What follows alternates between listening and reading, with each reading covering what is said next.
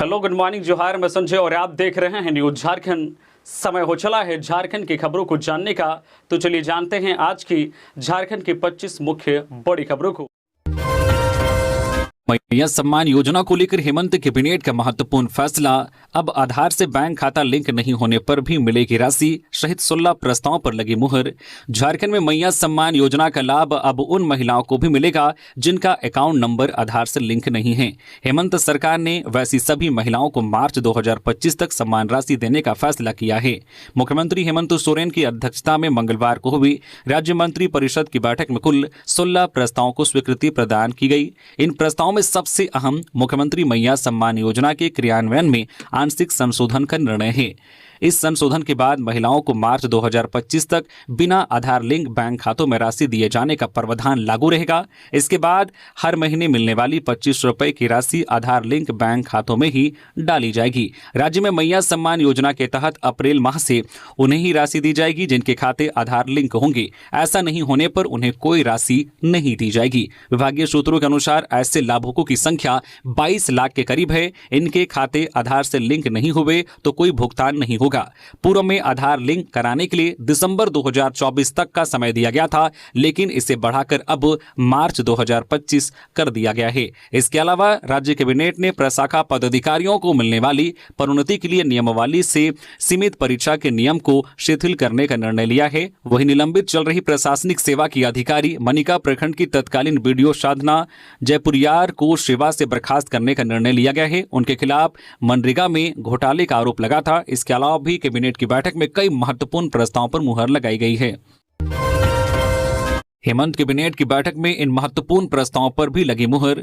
मुख्यमंत्री हेमंत सोरेन की अध्यक्षता में हुई बैठक में इन महत्वपूर्ण प्रस्तावों पर भी मुहर लगाई गई है, जिसमें उद्योग को बढ़ावा, झारखंड में सूक्ष्म, लघु एवं मध्यम उद्यमों को विशेष छूट देने के लिए एक नया विधेयक स्वीकृत किया गया। वहीं 6 सरकारी कर्मियों की सेवाओं को नियमित करने की स्वीकृति दी गई। इसके साथ ही वित्तीय वर्ष 2024-25 के लिए जो तृतीय अनुपूरक व्यय विवरणी को मंजूरी मिली। साथ ही 2025-26 के बजट प्रस्तावों को भी दी गई। इसके साथ ही झारखंड आर्थिक सर्वेक्षण 2024-25 को विधानसभा में प्रस्तुत करने की अनुमति मिली। वहीं दिव्यांग बच्चों की शिक्षा के लिए राज्य के प्राथमिक विद्यालयों में 3451 विशेष प्रशिक्षित सहायक आचार्यों के पद सृजित किए गए। इसके अलावा झारखंड में ई कोर्ट प्रोजेक्ट के तीसरे चरण के क्रियान्वयन के लिए मंजूरी दी गई। इसके साथ ही राज्य कर्मियों से जुड़े कार्यों के डिजिटलीकरण के दूसरे चरण के लिए 50 लाख रुपए की वित्तीय सहायता स्वीकृत हुई। वह झारखंड कम्युनिटी हेल्थ असिस्टेंट संवर्ग के लिए नई नियमावली बनाई गई। वहीं जल संसाधन विभाग के निर्माण कार्यों में जीएसटी दर 12% से बढ़ाकर 18% करने के अनुरूप भुगतान की मंजूरी दी गई। वहीं 1/1/2006 के पूर्व नियुक्त झारखंड सचिवालय के सहायक निजी सहायक कर्मियों के वेतन निर्धारण से संबंधित पुराने संकल्प को निरस्त किया गया। वहीं झारखंड उच्च न्यायालय के आदेशों के अनुपालन में सेवा नियमितीकरण के लिए कदम उठाए गए। इसके अलावा भी कई अन्य प्रस्तावों पर मुहर लगाई गई। 5000 पेंशन की मांग को लेकर दिव्यांगों ने किया पैदल मार्च। राजभवन से लेकर अल्बर्ट एक्का चौक तक प्रदर्शन। झारखंड दिव्यांग आंदोलन संघ के बैनर तले सैकड़ों दिव्यांगजनों ने अपनी मांगों को लेकर मंगलवार को राजभवन से अल्बर्ट एक्का चौक तक पैदल मार्च किया। उन्होंने सरकार से दिव्यांग पेंशन को बढ़ाकर 5000 रुपए प्रति माह करने की मांग की। प्रदर्शनकारियों का कहना है कि वर्तमान में दिव्यांग पेंशन केवल 1000 रुपए है, जबकि मुख्यमंत्री मैया सम्मान योजना के तहत महिलाओं को 2500 रुपए मिल रहे हैं। उन्होंने सरकार पर दिव्यांगों की उपेक्षा करने का आरोप लगाया है और कहा है कि वर्ष 2022 में विधानसभा घेराव के दौरान पेंशन बढ़ाने पर सहमति बनी थी, लेकिन अब तक कोई बदलाव नहीं हुआ है। झारखंड डीजीपी आज करेंगे ईद, शरहुल व रामनवमी को लेकर बैठक। 18 मुख्य एजेंडा पर होगी चर्चा। झारखंड पुलिस ईद, शरहुल और रामनवमी पर्व को लेकर अलर्ट है।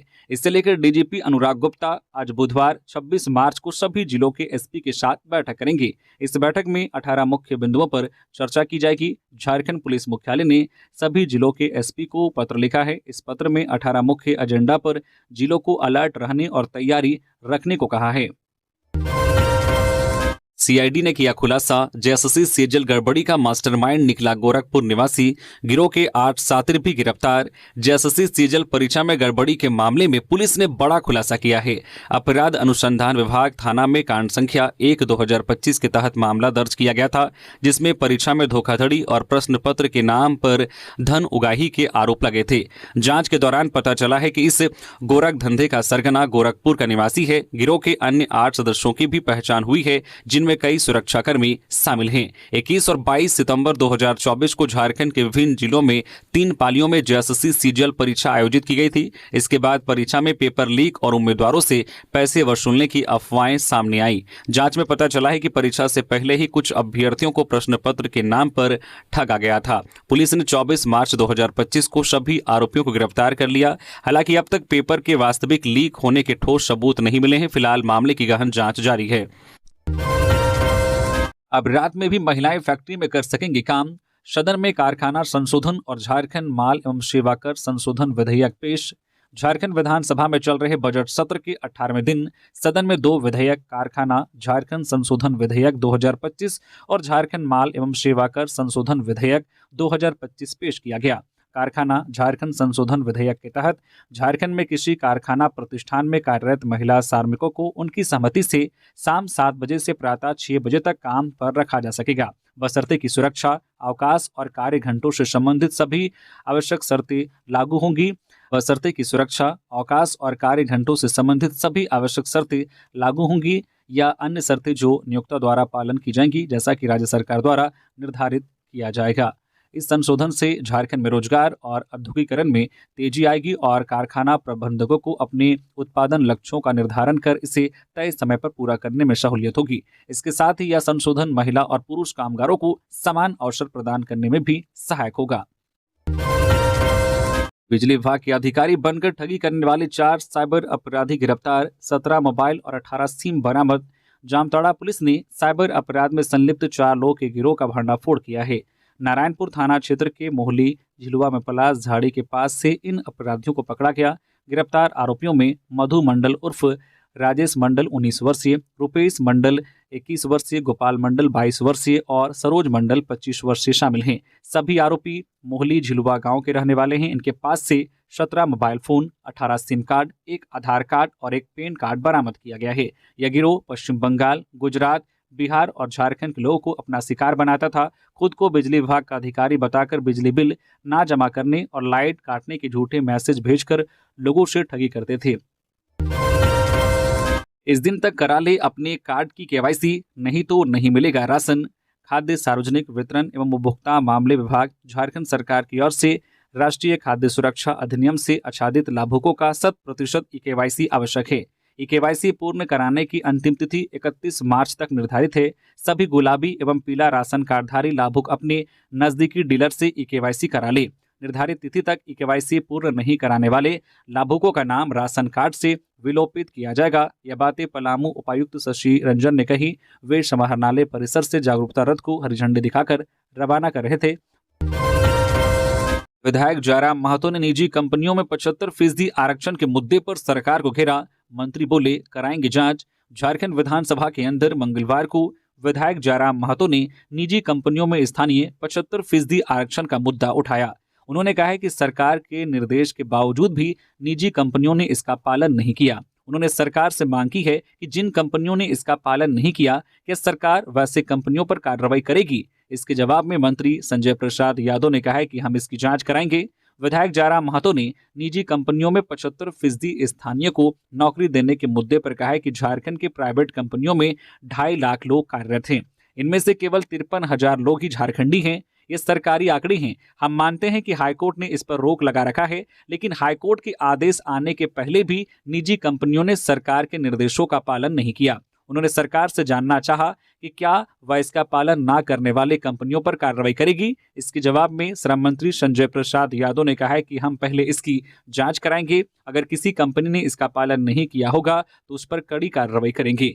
मंत्री संजय प्रसाद यादव का ये जवाब सुनने के बाद डुमरी विधायक ने सरकार से जानना चाहा कि हाईकोर्ट के इस फैसले के बाद सरकार की क्या तैयारी है, वह किस योजना के साथ काम करेगी। इसके जवाब में मंत्री ने कहा है कि वह आगे राज्य हित के भावना को देखकर ही कदम बढ़ाएगी। रामगढ़ में मंगला जुलूस शोभा यात्रा निकाली गई। श्रद्धालुओं ने भक्ति गीतों पर झूमते हुए श्री राम के लगाए जयकारे। भव्य भंडारे का भी आयोजन। भोरकुंडा कोयलांचल में रामनवमी के अवसर पर भव्य मंगला शोभा यात्रा का आयोजन किया गया। इस शोभा यात्रा में झारखंड रांची के हिंदुवादी नेता भैरव सिंह विशेष रूप से उपस्थित रहे। शोभा यात्रा में भगवान सीता, राम, लक्ष्मण और हनुमान की झांकियां मुख्य आकर्षण का केंद्र रही। कई श्रद्धालुओं ने झांकियों के साथ सेल्फी ली। राम भक्तों ने डीजे की धुन पर भक्ति गीतों में झूमते हुए श्री राम के जयकारे लगाए। शोभा यात्रा की अध्यक्षता समिति के अध्यक्ष सूरज करमाली उर्फ बड़कू, सचिव शंकर यादव, दीपक मिश्रा और शंकर मांझी ने की। मार्ग में सामाजिक कार्यकर्ताओं ने भुरकुंडा बाजार चौक पर शरबत, पानी, चना और गुड़ का वितरण किया। यात्रा काली मंदिर परिसर में समाप्त हुई, जहां भव्य भंडारे का आयोजन किया गया। काली मंदिर समिति के अध्यक्ष पप्पू सिंह की अध्यक्षता में यह कार्यक्रम संपन्न हुआ। मंदिर परिसर में राम भक्तों ने लाठी, तलवार बाजी का प्रदर्शन भी किया। कार्यक्रम के दौरान भुरकुंडा पुलिस ने सुरक्षा का पूरा ध्यान रखा। झारखंड आंदोलनकारियों को उत्तराखंड की तर्ज पर मिली सुविधा। झामुमो विधायक मथुरा महतो की मांग।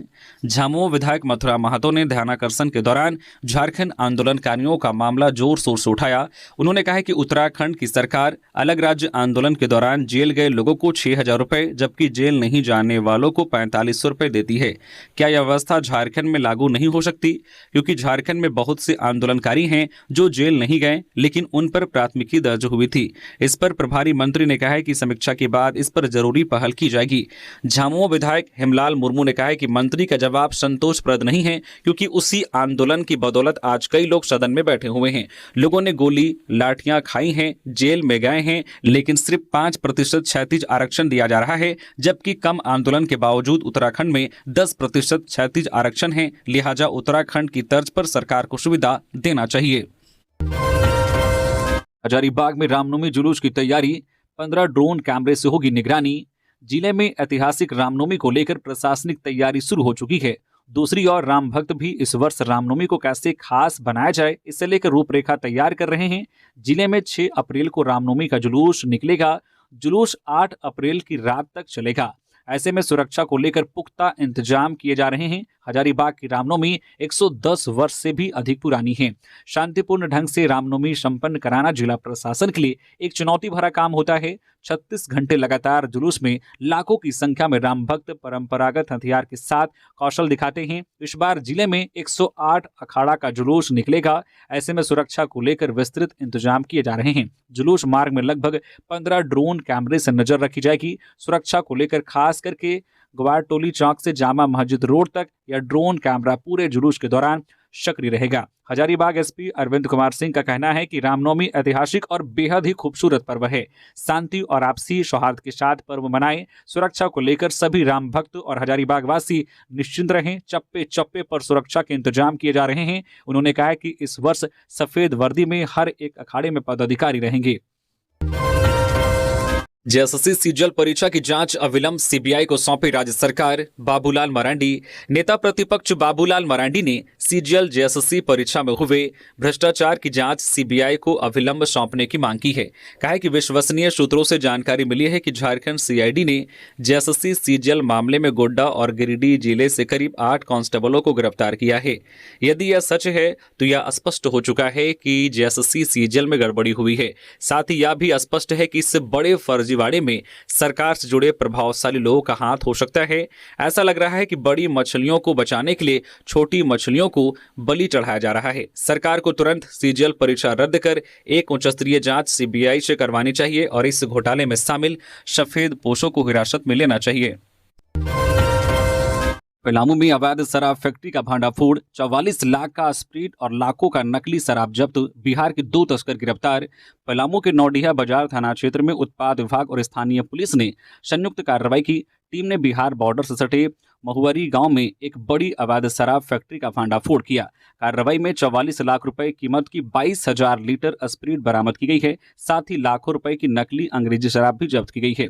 पुलिस ने बिहार के 2 शराब तस्करों को गिरफ्तार किया है। पलामू के उत्पाद अधीक्षक संजीत कुमार देव ने बताया कि फैक्ट्री एक नवनिर्मित मकान में चल रही थी। यह मकान धीरज सिंह का बताया जा रहा है। टीम ने यहां से 550 गैलन स्प्रीट बरामद किया। पास के एक अन्य घर से 2 पिकअप मेलडी 150 पेटी नकली अंग्रेजी शराब भी भी मिली है। जब्त की गई शराब में कई ब्रांड शामिल हैं। 1 गैलन में 40 लीटर स्प्रिट होता है, जिसकी कीमत लगभग 8,000 रुपए है। जानकारी के अनुसार यह अवैध धंधा पिछले 2 साल से लोकेशन बदल बदल कर चल रहा था। उत्पाद विभाग की टीम अब जांच कर रही है कि इस रैकेट में और कौन कौन शामिल हैं। गोड्डा में आग से 3 परिवारों का घर जला, फूस के घर राख, अनाज कपड़े सहित सारा सामान नष्ट, प्रशासन ने दी मदद। झारखंड के गोड्डा जिले के महागामा थाना क्षेत्र के चांदसर गांव में एक बड़ी घटना सामने आई है।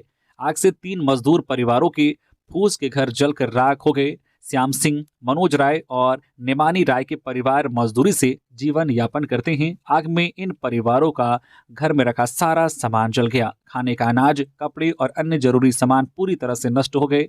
आग लगने के बाद गांव में अफरा तफरी मच गई। स्थानीय लोगों ने मोटर पंप से आग बुझाने का प्रयास किया। घटना की सूचना मिलते ही महागामा थाना और अंचलाधिकारी मौके पर पहुंचे। अंचलाधिकारी खगेन महतो ने बताया कि आग लगने का कारण अभी स्पष्ट नहीं है। आसपास कहीं कूड़ा जलाने से आग की चिंगारी उड़कर आने का अनुमान है। फूस के घर होने के कारण आग तेजी से फैल गई। प्रशासन ने पीड़ित परिवारों को तत्काल राहत दी है। तीनों परिवारों को 8 कंबल दिए गए हैं। स्थानीय डीलर से अनाज की व्यवस्था की गई है। प्रशासन ने सरकारी मुआवजे का आश्वासन भी दिया है। पलामू में बिजली की टूटी तार से किसान की मौत, 4 बेटियों और 1 बेटे के पिता की जान गई। परिवार का इकलौता सहारा था। पलामू जिले में एक दर्दनाक घटना सामने आई है। हुसैनाबाद थाना क्षेत्र के झारगाड़ा गांव में बिजली की टूटी तार से करंट लगने से एक किसान की मौत हो गई। मृतक की पहचान 38 वर्षीय सुनील रजक के रूप में हुई है। मंगलवार को सुनील खेत जा रहे थे। रास्ते में बिजली की एक टूटी तार पड़ी थी जिसमें करंट प्रवाहित था। अनजाने में वह इस तार के संपर्क में आ गए और बेहोश हो गए। आसपास से गुजर रहे ग्रामीणों ने यह देखा और तुरंत बिजली कटवाई। उन्होंने सुनील को हुसैनाबाद अनुमंडलीय अस्पताल पहुंचाया, लेकिन चिकित्सकों ने उन्हें मृत घोषित कर दिया।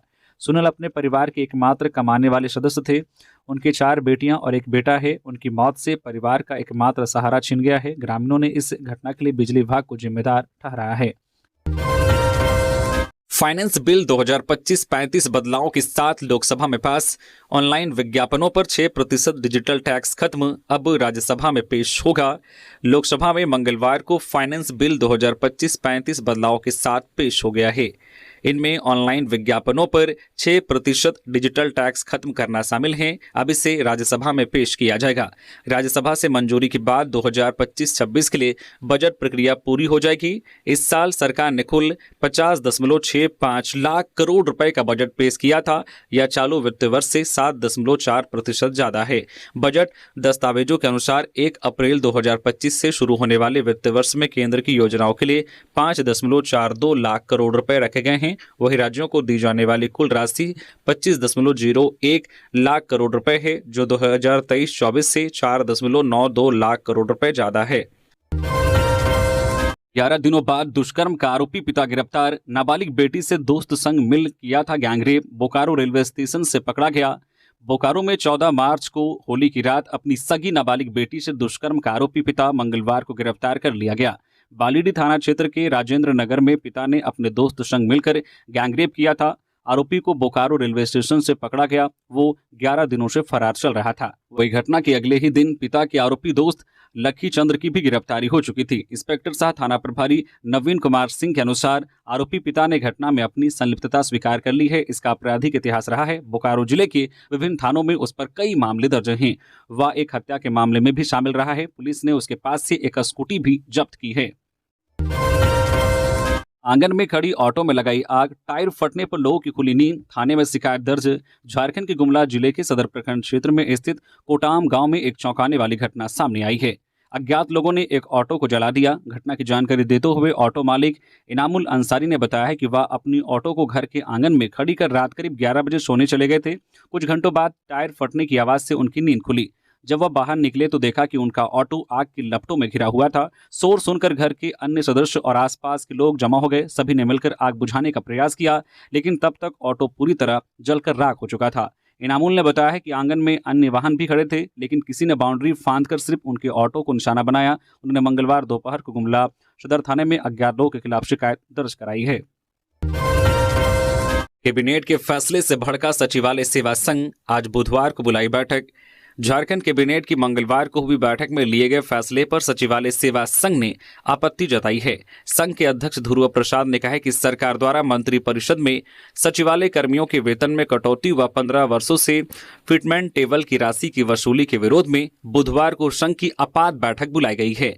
बैठक में आंदोलन की रणनीति तय की जाएगी। झारखंड सचिवालय सेवा संघ सरकार के इस निर्णय का पुरजोर विरोध एवं घोर भर्त्सना करता है। संघ ने मुख्यमंत्री व वित्त मंत्री से इस निर्णय को वापस लेने की मांग की है। पलामू में 2 बाइक की भिड़न, महिला की मौत, नशे में धुत चालक ने मारी टक्कर, 3 घायल। झारखंड के पलामू जिले के छतरपुर में एक दर्दनाक सड़क हादसे में 26 वर्षीय महिला की मौत हो गई। मंगलवार दोपहर छतरपुर थाना क्षेत्र के मंदैया गांव में 2 बाइक की आमने सामने टक्कर हो गई। हादसे में 3 अन्य लोग भी घायल हुए हैं। मृतका की पहचान चैनपुर थाना क्षेत्र के लाली गांव निवासी शोभा देवी के रूप में हुई है। वह अपने रिश्तेदार योगेंद्र कुमार 20 वर्षीय के साथ मायके छतरपुर के मनोह गांव से बैंक जा रही थी। इसी दौरान नशे में धुत एक बाइक सवार ने उनकी गाड़ी को टक्कर मार दी। घटना की सूचना मिलते ही छतरपुर थाना पुलिस मौके पर पहुंची। स्थानीय ग्रामीणों की मदद से सभी घायलों को छतरपुर अनुमंडलीय अस्पताल ले जाया गया।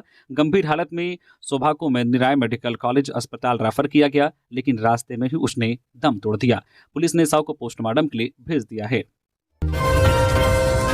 सिमडेगा में पुलिस टीम पर मधुमक्खियों ने बोला हमला, 5 पुलिसकर्मी हुए घायल। सिमडेगा जिला के बोलबा थाना में पुलिस टीम पर मधुमक्खियों ने हमला कर दिया है।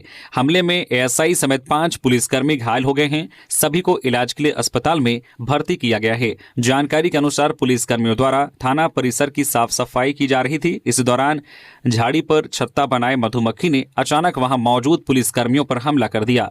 मधुमक्खियों के हमले से घायल पुलिसकर्मियों में एएसआई बीपी यादव, सुरेंद्र शर्मा, राम किरकेट्टा, सुमित किरकेट्टा और प्रवीण डुंगडुंग शामिल हैं। सभी का इलाज स्वास्थ्य केंद्र बोलबा में डॉक्टर देवोतोष भोटिया की देखरेख में किया जा रहा है। थाना प्रभारी सोनू पाठक ने बताया कि सभी घायल पुलिसकर्मियों का इलाज चल रहा है। सभी की हालत खतरे से बाहर है। बता दें कि जिले में मधुमक्खियों के द्वारा इस तरह का हमला कोई पहली घटना नहीं है। पूर्व में भी जो कई हाट बाजारों, ग्रामीण क्षेत्रों में रहने वाले लोगों तथा पुलिस टीम को मधुमक्खी अपना निशाना बना चुके हैं। धनबाद में इलेक्ट्रिक स्कूटी की बैटरी में विस्फोट, बीसीसीएल क्वार्टर के पास खड़ी स्कूटी और बाइक जलकर राख, एक अन्य बाइक को बचाया। धनबाद के सरायढेला थाना क्षेत्र स्थित कार्मिक नगर में बीसीसीएल क्वार्टर नंबर 122 के पास एक बड़ा हादसा हुआ। क्वार्टर से सटे अल्बेस्टर के कमरे में खड़ी इलेक्ट्रिक स्कूटी की बैटरी में अचानक विस्फोट हो गया। विस्फोट के बाद तेज आग की लपटें उठी। आग की चपेट में आई स्कूटी के साथ साथ पास खड़ी एक बाइक भी जल गई। घटना के समय वाटर सप्लाई विभाग में कार्यरत बबलू रजवार के परिवार के सदस्य घर पर मौजूद थे। स्थानीय निवासी सत्यदेव साव के अनुसार विस्फोट के बाद आग तेजी से फैली। आसपास के लोग तुरंत आग बुझाने के लिए दौड़े। पानी और बालू का उपयोग कर आग पर काबू पाया गया। एक अन्य बाइक को समय रहते बचा लिया गया, हालांकि उसकी सीट आंशिक रूप से जल गई। घटना की सूचना अग्निशमन विभाग को दी गई। इस हादसे से क्षेत्र में अफरा तफरी का माहौल बन गया था। स्थानीय लोगों की तत्काल कार्रवाई से बड़ी दुर्घटना टल गई। अगले महीने कोल्हान में शुरू होगा आदिवासी अस्मिता बचाने का अभियान। चंपाई सोरेन। झारखंड के पूर्व सीएम चंपाई सोरेन के नेतृत्व में संथाल परगना में शुरू हुआ आदिवासी अस्मिता बचाने का अभियान अप्रैल में कोल्हान में शुरू होगा। पूर्व सीएम द्वारा बांग्लादेशी घुसपैठियों तथा धर्मांतरण के खिलाफ शुरू किया गया अभियान लगातार चर्चा में है। इस विषय पर मंगलवार को कोल्हान के विभिन्न क्षेत्रों से आए आदिवासी समाज के मानकी मुंडाओं के साथ पूर्व सीएम चंपाई सोरेन की बैठक हुई। इस बैठक के दौरान घुसपैठियों, धर्मांतरण समेत आदिवासी समाज से जुड़ी विभिन्न चुनौतियों तथा उनसे निपटने की तैयारियों को लेकर विस्तार से चर्चा हुई। पीएलएफआई सुप्रीमो दिनेश गोप को इलाज के लिए पलामू जेल से लाया गया रिम्स। पीएलएफआई सुप्रीमो दिनेश गोप को कड़ी सुरक्षा व्यवस्था के बीच पलामू जेल से इलाज के लिए रिम्स लाया गया है। दिनेश गोप का इलाज रिम्स के ट्रॉमा सेंटर में होगा। हालांकि इसकी आधिकारिक तौर पर पुष्टि नहीं हो पाई है। उल्लेखनीय है कि दिनेश गोप के हाथ में चोट लगी थी, जिसके बाद उनका ऑपरेशन हुआ था। इस दौरान कुछ न्यूरो से संबंधित मामले भी सामने आए थे। सबसे पहले दिनेश गोप के बेहतर इलाज के लिए रिम्स मेडिकल बोर्ड ने देवघर एम्स भेजने की अनुशंसा की थी। राज्य सरकार की ओर से कोर्ट को बताया गया है कि न्यूरो सर्जन रिम्स में उपलब्ध है, इसलिए रिम्स में दिनेश गोप का बेहतर इलाज संभव है। इसके बाद हाईकोर्ट ने सरकार को दिनेश गोप को बेहतर इलाज के लिए रिम्स में शिफ्ट करने का निर्देश दिया था। साथ ही इसको लेकर उठाए गए कदमों की जानकारी देने को भी कहा था। इस मामले में अगली सुनवाई 27 मार्च को होनी है। झारखंड पंचायती राज अधिनियम में हो संशोधन, विधायकों के लिए पेशा पर हो कार्यशाला। झारखंड जन अधिकार महासभा का प्रतिनिधिमंडल मंगलवार को पंचायती राज मंत्री दीपिका पांडे सिंह से मिला। पेशा लागू करने को लेकर उनसे विमर्श किया। इसके साथ ही जेपीआरए में पेशा के सभी प्रावधानों को जोड़ने के लिए आवश्यक संशोधन एवं पेशा नियमावली की खामियों को सुधारने के लिए विस्तृत प्रस्ताव साझा किया। प्रतिनिधिमंडल ने सोमवार को पंचायती राज निदेशक निशा उरांव से भी प्रस्ताव के ड्राफ्ट पर चर्चा की थी। प्रतिनिधिमंडल ने मंत्री दीपिका पांडे सिंह से कहा है कि पेशा के प्रावधान राज्य के पंचायती राज कानून से ही लागू हो सकते हैं, लेकिन झारखंड पंचायती राज अधिनियम 2001 जेपीआरए में पेशा के अधिकतर प्रावधान सम्मिलित नहीं है, इसलिए सबसे पहले जेपीआरए को संशोधित करने की जरूरत है। महासभा मानती है कि मूल कानून जेपीआरए में पेशा के सभी प्रावधानों को बिना जोड़े नियमावली बनाना उचित नहीं है, क्योंकि प्रावधानों को कानून का बल नहीं मिलेगा। प्रस्तावित नियमावली में भी अनेक गंभीर खामियां हैं, खासकर भूमि, सामुदायिक संसाधन, लघु खनिज, वन उपज एवं पुलिस व वन विभाग पर अंकुश समेत अन्य शामिल हैं। हजारीबाग में नशे के खिलाफ बड़ी कार्रवाई, ट्रक से 1793 किलो डोडा बरामद, पंजाब का चालक गिरफ्तार। हजारीबाग पुलिस ने नशीले पदार्थों की तस्करी के खिलाफ बड़ी कार्रवाई करते हुए 1793 किलो डोडा बरामद किया है। पुलिस को 24 मार्च को सूचना मिली थी कि एक ट्रक रांची से बर्री की ओर अवैध डोडा ले जा रहा है। पुलिस अधीक्षक के निर्देश पर एसडीपीओ और अंचलाधिकारी सदर के नेतृत्व में NS-33 पर चानो के पास वाहन जांच अभियान चलाया गया। चेकिंग के दौरान संदिग्ध ट्रक के चालक ने भागने का प्रयास किया। पुलिस ने उसे तुरंत पकड़ लिया। पकड़े गए चालक ने अपनी पहचान पंजाब के पटियाला जिले के कर्मवीर सिंह के रूप में बताई है। ट्रक की जांच में लोहे के बिलेट के नीचे 102 प्लास्टिक बोरियों में डोडा छिपा मिला। ट्रक में 47 लोहे के बिलेट भी लदे थे। पूछताछ में चालक ने बताया कि वह डोडा खुंटी से हरियाणा के कुरुक्षेत्र जिले के इस्माइलियाबाद ले जा रहा था। गिरिडीह में कार की चपेट में आने से 5 छात्राएं घायल। गिरिडीह जिले के जमुआ देवघर मुख्य मार्ग पर कार की चपेट में आने से 5 छात्राएं जख्मी हो गई। घटना मंगलवार की दोपहर करीब 12 बजे की बताई जा रही है। घायल छात्राओं को इलाज के लिए चतरो स्थित निजी चिकित्सा केंद्र ले जाया गया। घायल छात्राओं में कंचन मुर्मू 13 वर्षीय, रेशमी मुर्मू 12 वर्षीय, प्रियंका मुर्मू 10 वर्षीय, नेहा मुर्मू 12 वर्षीय, पूनम मुर्मू 12 वर्षीय शामिल हैं। सभी छात्राएं भेलवा घाटी थाना क्षेत्र के बुधवाडी गांव की रहने वाली हैं। विदेश से हुआ था मंत्री का फेसबुक पेज हैक, सुदिव्य ने कहा सोची समझी राजनीतिक साजिश का हिस्सा था प्रकरण। सूबे के मंत्री सुदिव्य कुमार का हैक हुआ फेसबुक पेज अब रिकवर हो गया है। इसकी जानकारी मंत्री ने अपने फेसबुक पेज पर ही दी है। मंत्री ने झारखंड पुलिस और टेक्निकल टीम को धन्यवाद भी दिया है, साथ ही पूरे प्रकरण को राजनीतिक साजिश करार दिया है। मंगलवार की दोपहर अपने पोस्ट में मंत्री ने कहा, जोहार, जैसा कि मैं आपको पूर्व में सूचित किया था कि मेरा फेसबुक पेज हैक कर लिया गया था, लेकिन झारखंड पुलिस और टेक्निकल टीम की तत्परता से इसे सफलतापूर्वक रिकवर कर लिया गया है। जांच में पता चला है कि हैकर की आईपी एड्रेस विदेश की पाई गई है, जो इस पूरे घटनाक्रम के पीछे एक सोची समझी राजनीतिक साजिश की ओर इशारा करती है। साथियों, मेरा लक्ष्य जनसेवा है और इस तरह की राजनीति से प्रेरित साजिश मुझे अपने कर्तव्यों से नहीं गिरा सकती। ओलावृष्टि से प्रभावित किसानों को जल्द दिया जाएगा मुआवजा, डॉक्टर रामेश्वर उरांव। पूर्व मंत्री एवं स्थानीय विधायक डॉक्टर रामेश्वर उरांव ने मंगलवार को लोहरदगा विधानसभा क्षेत्र के विभिन्न प्रखंडों का दौरा कर ओलावृष्टि से प्रभावित किसानों से मुलाकात की। उन्होंने भंडारा, लोहरदगा, किस्को और कुड्डू प्रखंडों के मुख्यालयों का दौरा कर किसानों और आमजनों की समस्याएं सुनी। इस दौरान उन्होंने विभागीय अधिकारियों के साथ बैठक कर जल्द से जल्द राहत कार्य शुरू करने के निर्देश दिए। डॉक्टर उरांव ने कहा कि लोहरदगा जिले में हुई तेज बारिश और ओलावृष्टि के कारण फसलों को भारी नुकसान पहुंचा है। उन्होंने बताया कि फसल नुकसान का आकलन शुरू हो चुका है और प्रभावित किसानों को मुआवजा शीघ्र प्रदान किया जाएगा।